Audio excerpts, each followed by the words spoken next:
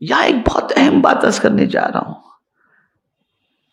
بہت سارے بندے یہ کہتے ہیں مولانا میں نماز تو کئی مہینوں سے پڑھ رہا ہوں، کئی سالوں سے پڑھ رہا ہوں، میری تنگ دستی دور نہیں ہوتی، میری بیوی بچے بھی 5 وقتہ نماز، یہاں تک کہ تہجد پڑھتے ہیں، پھر بھی روزی کے اندر بڑی تنگی نظر آتی ہے. آپ نے تو روزی کا دروازہ بتایا تھا کہ جو نماز پڑھے قائم رہے نماز پر اور اپنے اہل و عیال کو نماز کا حکم دے، اللہ اسے روزی دے گا. تو ایک بات یاد رکھیں، کام کرنا آپ کی ذمہ داری ہے، کب دینا یہ اللہ جانتا ہے. ہم جلد باز ہیں، وَكَانَ الْإِنسَانُ عَجُولًا، جلد باز ہیں. اور جلد بازی کے بارے میں کیا قرآن نے کہا؟ رسول اعظم صلی اللہ علیہ وسلم کا فرمان بھی کیا ہے؟ جلد بازی شیطان کی طرف سے ہوتی ہے. جلد بازی، اور جہاں جلدی کرنے کا حکم ہے وہاں تو جلدی آدمی کرتا ہی نہیں ہے، وہاں لیٹ کرتا ہے. اور باقی مال کے سلسلے میں، اس کے سلسلے میں، اس کے سلسلے میں، گناہ کے سلسلے میں آدمی جلدی کرتا ہے. میرے پیارے آقا صلی اللہ علیہ وسلم کے پیارے دیوانوں، قرآن نے مغفرت حاصل کرنے کی طرف جلدی کرنے کا حکم دیا، نیکی کرنے کے سلسلے میں جلدی کرنے کا حکم دیا.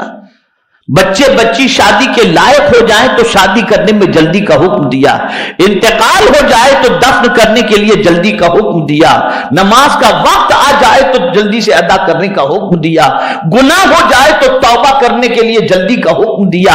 یہ ساری چیزیں جلدی کرنے کی، لیکن اسی میں بندہ لیٹ کرتا ہے،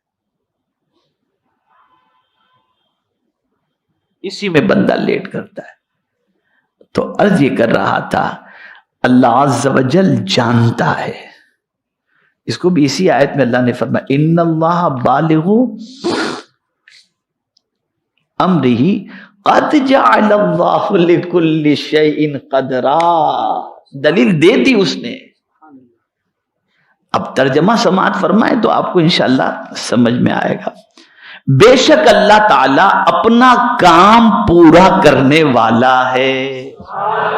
یعنی جب اس نے کہہ دیا کہ بے حساب بے گمان تمہیں روزی عطا کی جائے گی تو اللہ اپنا کام پورا کرنے والا ہے. اور ساتھ ہی فرما دیا قد جعل اللہ لکل شیء قدرا، مقرر کر رکھا ہے اللہ تعالیٰ نے ہر چیز کے لیے ایک اندازہ کہ کب دینا، یہ اندازہ اللہ نے مقرر کر رکھا ہے. اور جلدی میں آپ کو بتاؤں، اللہ عز و جل فرما دے کن، وہ چیز ہو جائے، فیکون ہو جائے. لیکن آپ کو معلوم ہے زمین و آسمان کتنے دن میں بنے ہیں؟ 6. ماشاءاللہ 6. اللہ فرماتا فوراً بن جاتا. ارے آپ بچے کو دیکھیے نا، کون پیدا کرتا ہے بچہ؟ خالق کون ہے ہر چیز کا؟ جواب دیجئے نا، اللہ ہے نا. کیا شادی بھی دوسرے دن بچہ پیدا ہو جاتا ہے؟ پروسیجر ہے اس کا، ہر چیز بتدریج ہوتی ہے. آپ دیکھیں کھیتی باڑی کو لے لیجئے، بیج بویا فوراً فصل نکلی؟ نہیں، ایک ٹائم سے اللہ گزارتا ہے. بس یہ جب آپ کی سمجھ میں اتنی بات آ گئی نا تو آپ کرتے رہیے. جب اللہ دینے کی بات کیا ہے تو وہ دے کر کے رہے گا، لیکن کب دینا یہ وہ جانتا ہے. کب دینا یہ وہ جانتا ہے، اس کو اندازہ ہے کہ کب اس کو دینا ہے اور کب نہیں دینا. تو جلدی نہ کرو. جیسے بیج بونا، کھیتی اگانے والا اللہ ہے لیکن ایک پروسیجر سے گزارا جاتا ہے. بچے پیدا کرنے والا اللہ ہے، پروسیجر سے گزارا جاتا ہے.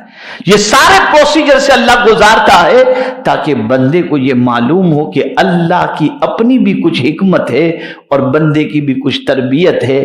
تو بندے کو کسی چیز میں عجلت نہیں کرنی چاہیے کہ میں اتنے ٹائم سے نماز پڑھتا ہوں میری دعائیں قبول نہیں ہوتی، اتنے ٹائم سے دعا کرتا ہوں میری دعا قبول نہیں ہوتی، میں اللہ سے بہت ڈرتا ہوں مجھے روزی نہیں ملتی. اللہ نے فرما دیا ان اللہ بالغ امرہ، اللہ اپنا کام پورا کرنے والا ہے. اور بے شک کے ساتھ فرمایا ان نہ لگا کر فرمایا، یعنی جو اس نے کہہ دیا ہے وہ کر کے رہے گا. اچھا اور ایک بات بتا دوں، کبھی کبھی ایسا ہوتا ہے کہ انسان کی ہوئی نیکی جو ہے نا اس کی 7ویں پشت کے بچے کو فائدہ پہنچاتی. یتیم کا خزانہ زمین میں دفن تھا، دیوار گرنے والی تھی، حضرت خضر نے روک لیا. موسیٰ علیہ السلام ساتھ میں تھے. اب روکنے کی وجہ کیا تھی؟ وہ زمین کے اندر جو خزانہ تھا وہ نکل آتا تو لوگ لوٹ لیتے. تو اس یتیم کے خزانے کی حفاظت کے لیے اللہ عز و جل نے حضرت خضر رضی اللہ تعالی عنہ کو مقرر فرما دیا اور اس یتیم کے خزانوں کو ضائع ہونے سے بچا لیا. تو پوچھا گیا کہ یتیم بچوں کی کون سی نیکی ہے کہ ان کا خزانہ محفوظ رہا؟ تو جانتے قرآن کیا کہتا ہے؟ وَكَانَ أَبُوهُمَا صَالِحًا، ان کے ماں باپ نیک تھے. اور مفسرین فرماتے ہیں ماں باپ میں سے مراد یہ کہ 7ویں پشت میں جو دادا پردادا تھے نا وہ بہت نیک تھے، ان کی نیکی کا فائدہ اس یتیم کو مل رہا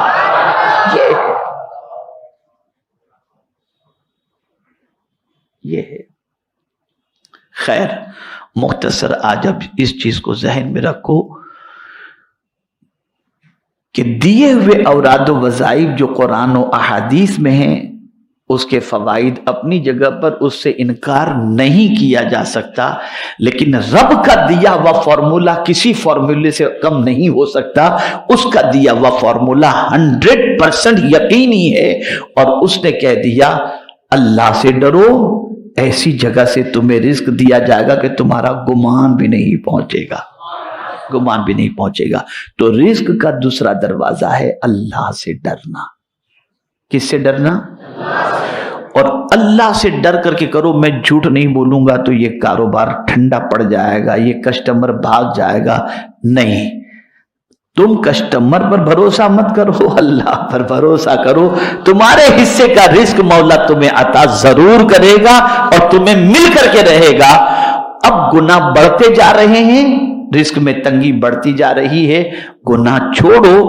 یہی وجہ ہے کہ اللہ والے گناہ نہیں کرتے تھے، گناہ سے بچتے تھے تو مٹی کو ہاتھ لگاتے تھے تو سونا بن جاتا. کیوں؟